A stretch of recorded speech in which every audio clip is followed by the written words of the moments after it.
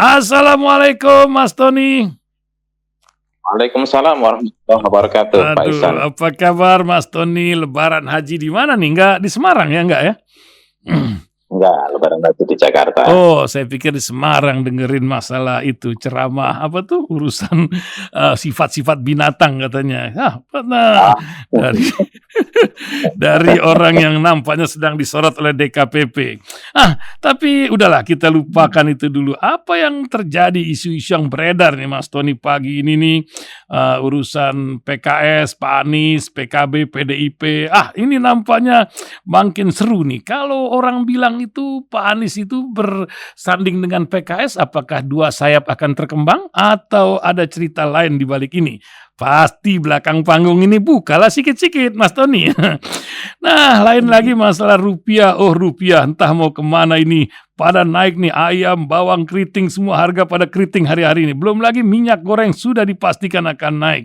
Hadiah lebaran haji. Nah, lagi susah-susahnya ada orang berharap dengan judi online lari duitnya ke 20 negara sehingga dolar kita pun nampaknya ini hampir dalam 3 bulan saja sudah 6 triliun rupiah. Innalillah. Nah, ini sementara duit di aur-aur di IKN kata sebagian orang ini, akankah ini menjadi proyek mangkrak? Gede kali ini uang yang menyerap proyek ini. Silakan Mas Tony Rosid, sementara ingatan dari seorang Denny Sregar ya, sampai dia mengingatkan tentang Nahdlatul Ulama. Janganlah cawe-cawe ditambang. Apa akan terjadi dengan negeri ini? Tafadol Mas Tony Rosid, bangsa ini diamati oleh seorang pemerhati bangsa. Tafadol Bang. Baik, Pak Ihsan dan seluruh pendengar hasil dimanapun berada, kita awali dari Jakarta dulu. Di Jakarta dinamika pilkada memang semakin seru. Sebenarnya tidak seru-seru amat kalau tidak ada cawe-cawe sih. Menjadi seru kan karena ada cawe-cawe. Kenapa? Begini sederhananya Pak Ihsan. Dimanapun itu pilkada, kalau ada calon yang satu paling kuat, kemudian yang lain tidak terlalu kuat, itu biasanya anteng, adem, tenang, tahu-tahu udah terjadi lah. Ya menjadi tidak tenang, menjadi tidak ini ketika ada cawe-cawe ya, yang dilakukan oleh mereka yang memiliki otoritas dan akses-akses terhadap instrumen negara yang kemudian menjadi ramai. Jadi gini, kalau ada orang selalu bilang bahwa ini kelompok ini bertengkar, kelompok ini, nah ini faktornya gitu loh. Gampang sederhana kok. Ya kalau Anda belajar tentang teori konflik secara matang, Anda akan bicara bahwa sumber konflik itu adalah ketidakadilan. Itu aja. Siapa yang bisa melakukan, yang punya otoritas untuk menciptakan keadilan kemudian tidak melakukan ketidakadilan, itu menjadi sumber konflik. Dimanapun. Jadi kalau anak sama anak sama anak itu selalu bertengkar, ya bapaknya atau ibunya yang selalu bermasalah karena tidak berbuat adil. Anaknya itu aja sederhana gitu loh. Ya intisari dari sebuah teori konflik gitu. Jadi Pak Ihsan, jangan sampai kemudian nanti ini kan November ya, sementara Pak Jokowi itu berakhir ada transisi kepemimpinan Oktober nanti. Oktober menuju ke November itu adalah pelaksanaan pemilu, tetapi pendaftarannya itu 27 September. Artinya pendaftaran itu pemerintahan masih dipimpin oleh Pak Jokowi pada saat kampanye sebagian dipimpin oleh Pak Jokowi, terus kemudian sebagian dipimpin oleh Pak Prabowo, dan pelaksanaan pemilu itu Pak Prabowo. Kita berharap, betul-betul berharap ya, sudahilah segala bentuk intervensi yang vulgar sehingga tidak menciptakan kegaduhan, sehingga tidak menciptakan kemarahan. Ini soal dukung-mendukung itu biasa. Kalau A dapat dukungan dari kelompok ini, si B dapat dukungan kelompok ini. Kalau pemerintah nggak ikut-ikutan, penguasa nggak ikut-ikutan, akhir aja gitu loh. Ya, tidak ada luka, tidak ada yang tersakiti, tidak ada yang merasa terzalimi. Tapi kalau ada unsur di mana instrumen negara ikut andil yang dikendalikan oleh kekuasaan yang dalam tanda kutip tadi penguasa cawe-cawe, ini akan menciptakan sebuah efek yang panjang. Kalau nanti 2023 November nanti 2024 itu Pak Prabowo yang baru berusia sekitar 1 bulan pemerintahannya, kemudian ikut cawe-cawe di dalam pilkada, khususnya Jakarta yang disorot semua oleh media, dan kemudian terjadi benturan. Saya nggak bisa bayangkan bagaimana kasihan Pak Prabowo nanti untuk pemerintahan yang akan datang. Hilang simpati rakyat, minimal pendukung Anies kan cukup banyak, itu kan. Kalau Anies jadi maju, pendukung Anies cukup banyak, kemudian kelompok yang netral itu juga ikut prihatin, ikut marah, dan ini akan menghilangkan rasa simpati kepada pemerintah. Sementara pemerintah baru itu butuh empati, butuh simpati rakyat, maka perlu merangkul, gitu kan, perlu menampilkan dirinya dengan performa yang bersih, performa yang adil, performa yang beradaptasi kepada semuanya, performa yang bisa senyum kepada semuanya. Saya pikir itu wajib mutlak itu dilakukan untuk satu, menghilangkan jejak menghapus jejak konflik atau jejak kegaduhan, keterbelahan selama ini, gitu ya. Yang kemudian yang kedua, untuk membuat stabilitas nasional, terutama stabilitas politik, di mana Pak Prabowo butuh itu untuk keberlangsungan dan ketenangan di dalam membangun atau menjalankan program-programnya ke depan. Itu penting, Pak. Penting sekali. Terkait konstelasi lebih mikro ya, itu ada PKS, ada PKB, ada PDIP. Saya pikir kalau didukung oleh 3 partai ini sempurna, itu Anies. Sempurna itu apa? Kita tahu di Jakarta itu komponennya gitu.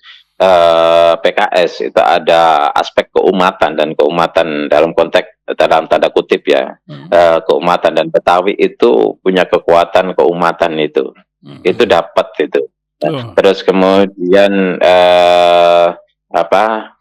ya menengah, kalau kemudian kita petakan ya sebenarnya menengah ke kanan itu dapat. Kemudian menengah di tengah, ada di tengah gitu, ke tengah agak ke kiri dikit tapi di tengah itu didukung oleh PKB misalnya, dan dari warga Nahdliyin. Kemudian kirinya dapat dari PDIP, dan kita perlu lihat itu satu. Yang kedua adalah ada mesin politik yaitu PKS dan kemudian PDIP, itu mesin politiknya solid itu, dan memang kedua partai ini memiliki konstituen yang punya warna tersendiri, tidak cair, warnanya jelas gitu. Jadi makanya kedua ini kaku. Pokoknya kalau konstituennya A ya mereka mau tidak mau harus ikut A. PDIP juga gitu, konstituennya B ya mau tidak mau B gitu. Kenapa? Ya mereka punya konstituen yang warnanya jelas, jenis kelaminnya jelas, kira-kira gitu. Sementara partai-partai yang lain lebih cair.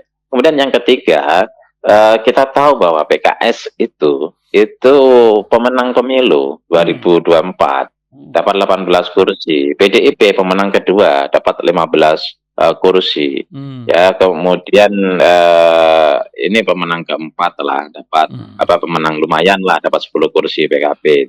Itu sudah berapa itu? Udah 40 ini ya, 45 kursi ya.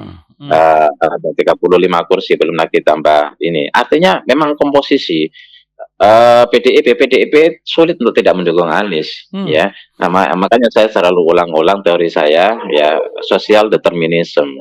Ada pilihan-pilihan yang tidak bisa orang kemudian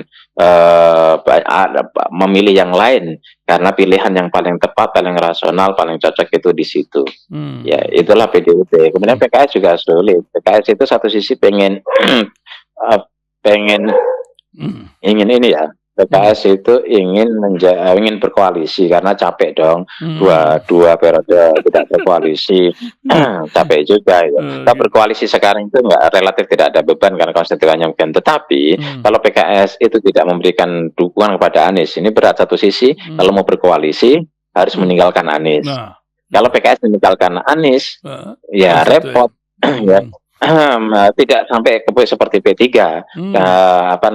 bisa sewaros. Tadi malam itu ada orang telepon saya cukup lama, seorang tokoh terkenal di Jakarta, perlu saya sebutkan namanya, nggak tahu detail, dari Mekah dia telepon. Boleh, asalnya saya telepon sekali nggak saya angkat, telepon 2 kali, kebetulan saya lagi nyetir, telepon 2 kali, cukup lama gitu. Wah itu pakai gitu, pokoknya saya sudah japri sama Presiden PKS, saya sudah japri sama Dewan Syuro PKS, saya akan umumkan untuk tidak mendukung PKS jika PKS tidak mendukung Anies. Kami sudah berdarah-darah mendukung PKS sampai PKS kursinya. Ada macam orang kayak gitu. Tidak tahu, kayak gini ya. Sebelumnya memang saya mendengarkan juga dari beberapa orang yang mencoba untuk itu. Wah, gawat juga bagi PKS ini gitu kan. Selalu akan dihadapkan partai semacam PDIP dan partai semacam PKS ya akan selalu dihadapkan untuk memilih di antara dua kepentingan. Satu kepentingan biasanya koalisi yang saya tadi kepentingan A, yang kedua ada kepentingan B yaitu konstituen. Nah, ini kalau berbenturan memang repot. Ya mau tidak mau logika partai untuk jangka pendek atau jangka panjang. Jangka pendek logistik, jangka panjang ada konstituen. Sehingga tidak bernasib seperti P3 gitu loh. Ya P3 P3 tidak masuk di ini sekaligus semoga Pak Mardiono mendengarkan juga jika tidak masuk di parlemen ya mestinya minta maaf lah gitu loh. Mohon maaf bertahun-tahun begini tidak minta maaf gitu kan. Ya bagaimanapun seorang pemimpin itu harus gentle gitu ya. Apapun salahnya ini tanggung jawab saya itu ya. Meskipun saya adalah PLT ini saya ambil tanggung jawab saya bahwa P3 tidak masuk. Ya kalau kemudian kita urai ya karena P3 meninggal konstituennya ya konstituen P3 itu kan juga agak jelas gitu loh. Warnanya jelas gitu loh. Tapi kalau kemudian ditinggalkan ya ya itu soal warna misalnya gitu kan. Melarang babi beredar di Indonesia ada RUU ini misal ada RUU gitu kan. Ya bagi partai-partai yang lain gitu kan tidak terlalu berpengaruh. Tapi kalau kemudian PKS ngomong begitu, PKB ngomong begitu, P3 ngomong begitu, PAN ngomong mendukung begitu gitu kan, habis mereka. Itu soal ini bukan soal haram atau soal halal ya. Konstituen. Ini bukan soal najis, tapi ini secara politik adalah ada konsekuensi yang harus diterima oleh partai ketika berhadapan dengan dilema-dilema seperti ini kayak RUU HIP dulu itu kan rame. Jadi dilema-dilema ini akan selalu makanya kalau ada isu kuat gitu kan, pertama isu itu ikut apa enggak? Kalau enggak ikut, nanti dihujat sama konstituennya, ditinggalkan sama konstituennya gitu, maka ikut. Partai kan selalu berbicara seperti itu. Atau ada isu gitu kan, kalau isu itu tidak ada pengaruhnya kepada konstituen gitu loh, enggak ikut. Tapi kalau aku ikut isu ini, konstituenku makin nambah itu, ikut. Kan begitu hitung-hitungan partai. Jadi partai itu orientasinya elektability. Beda dengan relawan gitu loh. Relawan kalau sudah selesai ya dada, menang kalah tetap dada. Gitu. Luar biasa. Sekarang masalah ini judi online. Nampaknya ini bagian dari sakit jiwa bangsa ini. Duitnya gede banget. Di tengah duit lagi susah, dolarnya terbang pula ke luar negeri. 20 negara menyedot uang Indonesia ini. Tambah lagi nih, naik lagi dolarnya. Mungkin 16.800 katanya pengamat mengatakan. Tentang judi online ini sendiri. Bahkan dibilang ada korban judi online. Nah ini urusan lagi korban lagi nih. Apa yang Mas Tony bisa komentari Mas Tony? Iya, terkait dengan judi online Pak Ihsan. Kita prihatin ya. Iya, ini bukan oleh ekonomi saja, tetapi ini adalah mentalnya. Ini kejiwaan. Dulu pada Orde Baru itu ada Porkas, ini lotre macam-macam ya. Iya, pertanyaannya gini, apakah memang Indonesia tidak mampu memberantas judi online?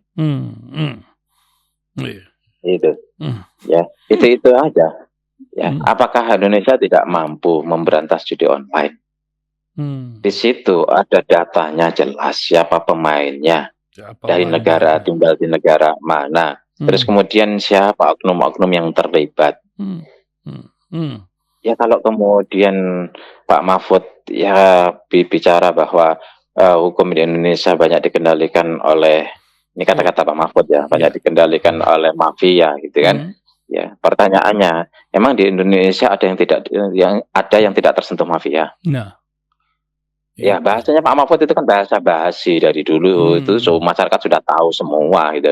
Cuman nggak ada yang berani ngomong aja, yang berani Pak Mahfud gitu. Kita Hmm. butuh orang-orang seperti Pak Mahfud. Kalau kemudian ada orang yang menyindir, udahlah kalau udah kalah itu nggak usah banyak komentar. Justru bukan soal kalah atau menang, kita dukung. Hmm. Orang-orang seperti Pak Mahfud itu banyak yang cerdas, tak pintar, dia tahu punya banyak data, bicaralah gitu loh. Untuk demi bangsa ini, bukan karena permusuhan. Dan saya yakin Pak Mahfud itu dari dulu juga ngomong begitu gitu loh. Ya cuman ketika beliau jadi ada di dalam ya memang terbatas kondisinya. Tersandra. Tetapi kita semua bukan tersandra ya, terbatas lah. Terbatas. Oh, lebih inilah, lebih lembut lah gitu. Kan biasanya Iya, gaya jadi Madura asal jeblak aja gitu, tapi nampaknya. iya, Pak Mahfud cocok itu di luar memang Iya. gitu ya. Di luar. Ya ada 10 Pak Mahfud aja itu. Saya pikir Indonesia itu akan terkontrol gitu kan. Ya lebih apa namanya Pak Mahfud itu 10 Pak Mahfud itu menurut saya jauh lebih efektif daripada dalam konteks kontrol ya. Jauh lebih efektif daripada 500 sekian anggota DPR. Dan itu yang karena banyak tersandera juga.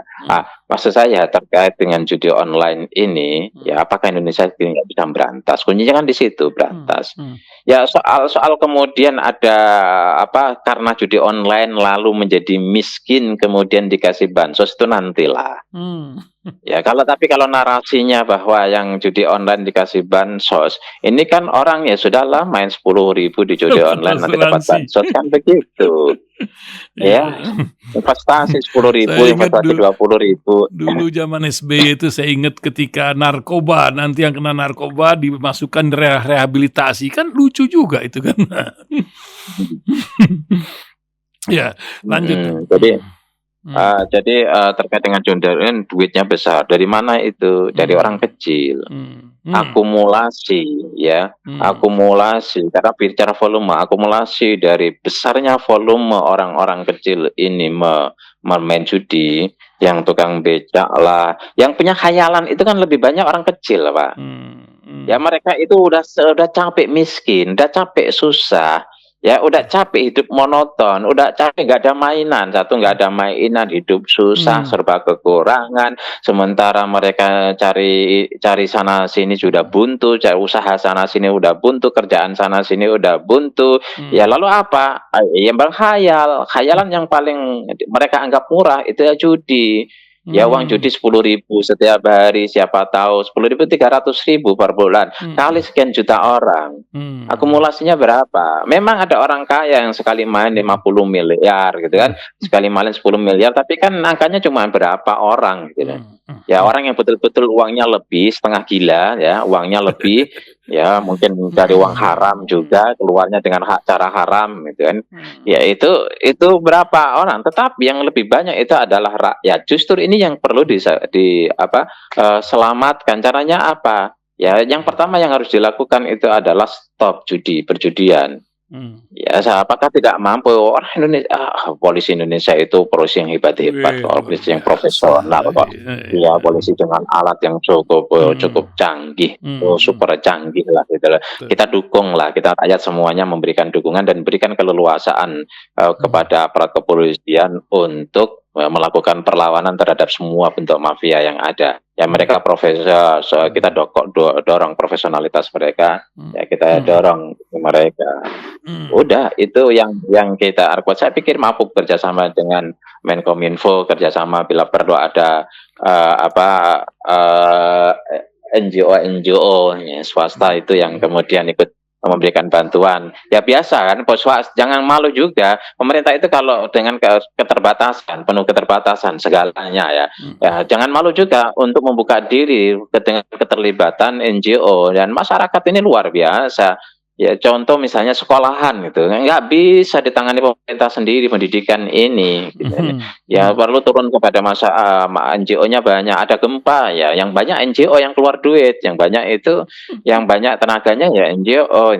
Jadi begitu juga sesuatu yang darurat misalnya seperti judi darurat ini ya, libatkan ahli-ahli IT di Indonesia. Saya pikir nggak digaji mereka mau kerja ini selesaikan 6 bulan. Ayo siapa? Wah mereka senang sekali untuk menunjukkan ini menunjukkan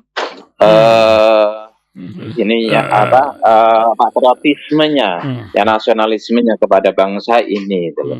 Jadi kemudian dari situ kalau sudah nggak ada judi, mereka meskipun tetap akan mencari judi, tapi yang penyakitan itu tidak kemudian merebak kepada masyarakat. Contoh bola, wah bola ini menang mana, ini Piala Eropa, jadi biarlah tapi sedikit itu jumlahnya, nggak terlalu banyak.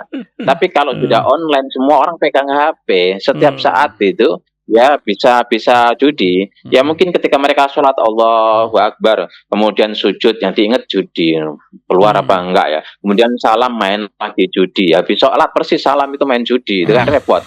Seandainya ada yang seperti itu. Terus kemudian yang masuk ke ini ibadah ya tetap kasus-kasus seperti itu akan muncul ya, ibadah-ibadah yang lain bisa orang sholat jadi nggak khusyuk ya, terus kemudian bekerja jadi nggak khusyuk ya, bayang yang di otaknya itu ini betul-betul merusak mental pada bangsa. Kalau sudah rusak mental dan kebetulan di antara mereka ya pada akhirnya ya untuk menjadi pejabat itu kan juga melalui sebuah proses ya, yang orang kemudian anggap itu adalah bagian daripada judi. Ya, udah modal sekian nanti dapatnya berapa kalau menang, kalau kalah yang nggak dapat hilang, stres, masuk rumah sakit jiwa. Ya makanya setiap pileg itu rumah sakit jiwa memperbanyak ruangannya itu untuk menyiapkan mereka yang tidak jadi, yang kemudian kena depresi. Ya stop lah. Menurut saya kita perlu rekomendasi, kita dorong kepada pemerintah lebih serius lagi untuk stop judi online ini. Gak usahlah ada wacana untuk diberikan bansos dan segalanya, itu kontraproduktif menurut saya itu loh. Udahlah, bansos itu untuk orang-orang yang miskin ya, bukan untuk orang judi online. Mau judi online atau tidak itu nggak masuk kriteria. Bansos itu untuk mereka orang-orang yang memang perlu kehadiran negara membantu ekonomi mereka agar mereka bisa bisa makan setiap harinya. Itu aja. Seperti misalnya zakat itu 8 asnaf gitu kan. Ya kemudian mereka punya identitas yang lain, punya kriteria yang lain, yang nggak ada urusan. Yang penting 8 asnaf ya 8 asnaf. Kemudian 8 anaknya plus atau tidak itu urusan mereka. Jadi kalau kemudian orang miskin perlu dibantu bansos, ya bantu. Justru dengan bantuan ini di warning. Kalau mereka yang dapat bantuan tunai kemudian terbukti mereka melakukan judi online, maka bantuan itu dicabut. Begitu mestinya. Bukan kemudian judi online itu dapat. Siapa yang mendapatkan ini kemudian melakukan dua hal, misalnya satu judi online, melakukan judi online, yang kedua narkoba, yang ketiga mereka melakukan mereka kemudian melakukan pinjaman online online ilegal, maka akan dicabut. Negara itu dapat banyak untuk memberikan sebuah pembinaan kepada masyarakat. Satu, memberikan ekonomi, dua, memberikan pembinaan mental sehingga mencegah kepada mereka untuk melakukan itu. Jadi perlu pengawasan. Ya diawasi, itu kan bisa dilihat siapa yang menjadi judi online, nomornya berapa, itu kan bisa dilihat di tracking. Mereka main judi online apa enggak. Kalau mereka main judi online atau pinjol ilegal ya, atau kemudian mereka juga melakukan ini ya, saya pikir nggak perlu banyak tenaga IT itu. Lihat langsung ketahuan. Oh, ini ketahuan ini. Potong, diumumkan ke publik, akan diumumkan, dan kemudian yang pengumuman itu tidak hanya di punishment, diumumkan dan tidak diberikan ini lagi. Wah, itu jempol negara itu. Ya semoga nanti ya RUU-nya ini berubah lah itu kan. Amin. Gitu. Masya Allah. Terakhir Mas Tony, apa yang ingin disampaikan di antara hiruk pikuk ini? Apa ormas bakal dapat nambang? Ada orang istilahin sekarang ulama nambang, tapi berbagai ormas sudah bikin statement penolakan. Apa yang terjadi dengan PBNU sekarang ini sebenarnya, yang komunitas Mas Tony sendiri ini? Gimana Mas Tony? Iya, jadi kalau buat nambang itu ya satu regulasi. Ya, kemarin ada satu ormas untuk tim hukumnya bicara, katanya regulasinya ini bisa masalah, ya dikaji dulu lah. Jangan, negara ini perlu pengurusan jangka panjang. Kan? Ya, jadi regulasinya mesti kuat dulu. Jangan ketika ini butuh langsung, jangan begitu. Jadi ini perlu apa enggak dikaji, satu melalui sebuah kajian, gitu kan. Ini penting apa enggak, perlu apa enggak, apa dampak-dampaknya yang ditimbulkan, diajak dalam diskusi-diskusi mereka, nggak usah ke publik lah, banyak ke publik gitu. Ya terus kemudian setelah itu orang-orang akademis lakukan sebuah kajian, kemudian yang kedua adalah baru kajian hukumnya. Kalau itu sudah oke, bagaimana kajian hukumnya gitu kan. Ya atau mungkin kajian hukum yang pertama, oke, kajian hukum nggak masalah.